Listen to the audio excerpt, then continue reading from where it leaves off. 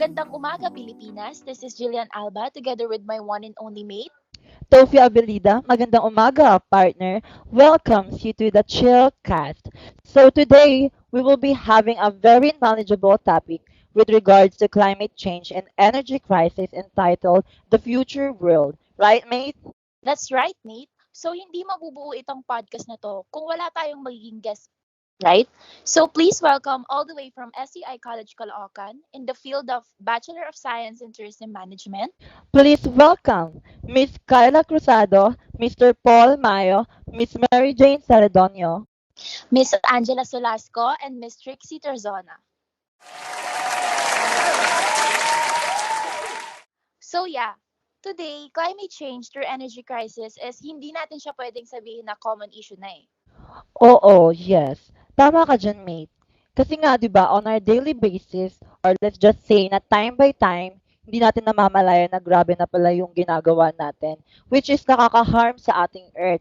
Or let's just say, for example, is yung simpleng pag-consume natin ng energy is may kinalaman pala yun sa climate change natin. Exactly. That is why nandito ang ating mga guest speakers featuring their study about climate change and energy crisis. So here's Miss Angela Solasco will discuss about their topic.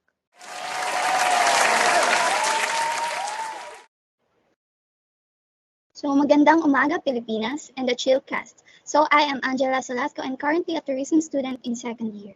So, today we will discuss what is the main reason why we are engaged on this topic. So, ayun nga, as you said na time to time, we don't even know na nakaka-harm tayo sa Earth, which is we are the one also that will be beneficial sa actions natin.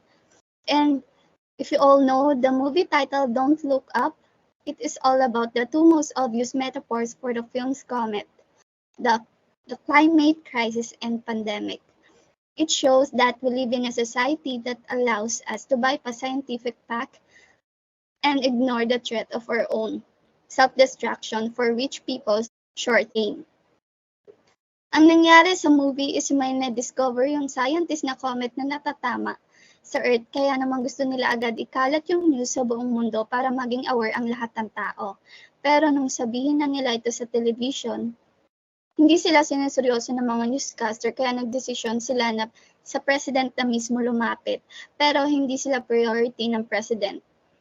Dahil daw is naka-imposible daw nito. So ang nangyari is nahati sa dalawa ang boto ng mga tao. May mga pumunta sa concert na pinangalanan Just Look Up. Ginawa nila itong concert na to para maging aware lahat ng tao sa mangyayari. But on the other side, yung government naman gumawa ng campaign na tinawag na Don't Look Up para hindi daw makita at malaman ng mga tao ang katotohanan. So the point is we need to become knowledgeable about what happened to our world. And also mag-search po tayo sa different legit sources para sa makaragdagang kalaman dahil naniniwala po ako sa kasabihang lamang ang may alam. So this question is open for all of you to answer, no? So what do you think are the effects or will probably affect our present and most especially our future? So this is Kyla Cruzado, one of the researcher in our study through climate change and energy crisis. So we all know naman na, and I think young individuals naman are aware na kapag pinag-uusapan natin to is about climate change is we find it very frightening, like aabot sa point na we will ask ourselves, ano kaya ang pwede or possible na mangyari in the near future? And of course, there are possible risks if we do not take actions and prevention na hindi natin agad maiiwasan, like environmental degradation, natural disasters, food and water insecurity, economic disruption, sea levels are rising, coral reefs are dying, and so on. Hindi man tayo makakaranas in the near future, but how about yung magiging anak natin or even our loved ones na may iwan natin sa earth, right? Yeah, exactly. That's a very exact to the point answer from Miss Cruzado. Like, if we make actions now on how to prevent, sino nga ba ang makikinabang, right? So, the next question naman is open ulit, no, kung sino sa inyo ang mag-answer. So, what do you think, guys? How will or how can science help us? Hi guys, so I am Trixie Trasona and I will be the one to answer this question. So yeah, Miss Alba, actually our group was indeed into addressing such as prevention of climate change. change, like to do certain action to be specific, how to reduce carbon footprint, energy consumption or energy efficiency. And lastly, the renewable energy, which will do a further discussion by me. Mr. Paul Mayo and Ms. Mary Jane Celedonio. So first to discuss is ano nga ba ang carbon footprint and how can we reduce carbon footprint? According to World Health Organization, a carbon footprint is a measure of the impact your activities have on the amount of carbon dioxide produced through the burning of fossil fuels and, and is expressed as a weight of carbon dioxide emissions produced in tons. So in simple words, carbon footprint is the way individual will contribute to Earth by means of their lifestyle. Like what are our usual diet, how much do we drive or use transportation, the size of our household, and what type of electricity that provides you. So, Miss Trezona, can you suggest what are some ways to reduce our carbon footprint? Yes, in fact, and a little trivia lang, Miss Abilida, for all the viewers, we can calculate our carbon footprint. Madami tayong makikita na surveys through website. If you're interested, just search for footprint calculator. So yeah, let's proceed on how to reduce our carbon footprint. First is in terms of our transportation by means of avoiding the pollution in a certain vicinity. If it's in favor, you just seize bicycle or prefer to walk na lang. Next is by means naman to our diet by avoiding the consumption of meat. The more we eat meat, the more na mas madaming nagko-consume. The more rin na mahihirapan makapag-produce or makapagpalaki ng mga animals, which leads also to improper degradation and composition of organic waste. Next, as we all know, our water consumption are pagtitipid sa tubig. Why is it essential?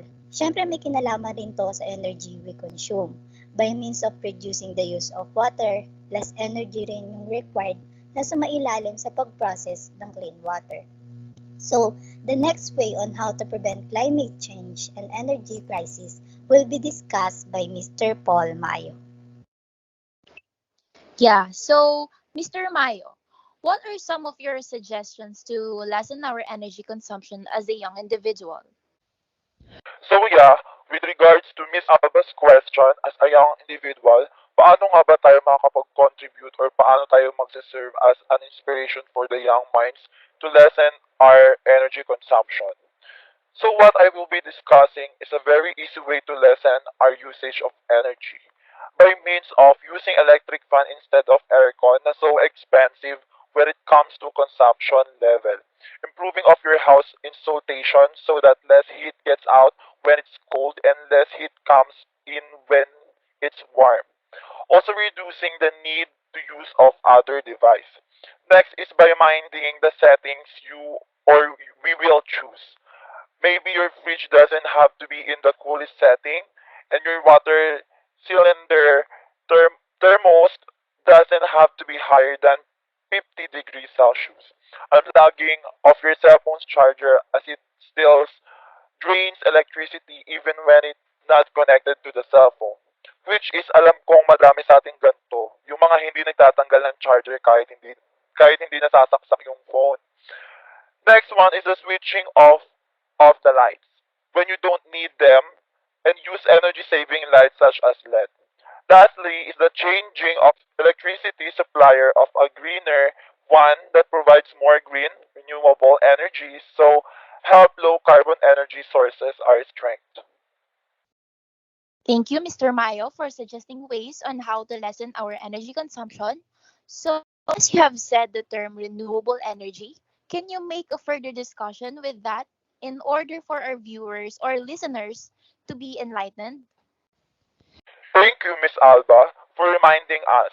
In fact, Miss Celedonio will do a further discussion about the renewable energy. So guys, for your info lang, there are five major renewable energy sources which are solar energy from the sun, geothermal energy from heat inside the earth, wind energy, biomass from plants, and hydropower from flowing water. But with regards to our topic, we will discuss what are the benefits of us using the renewable energy. So, of course, there are also advantages that renewable energy will not run out, reliable, and it's environmental friendly. And and using renewable energies that produces no greenhouse gas emissions from fossil fuels and reduces some types of air pollution. Next benefit is, of course, diversifying energy supply and reducing dependence on imported fuels. Last beneficial will be it can create economic development and jobs in manufacturing, installation, and more. And I think that's all. Thank you so much for the great sharing of information, yet inspiring, especially for us young individuals. Tama ka dyan, mate. Like, we are able naman pala to do certain actions to prevent this crisis. Exactly. Knowing that their ideas on how to lessen our energy consumption, reduce usage of energy, and even tackle about the benefits of using renewable energy.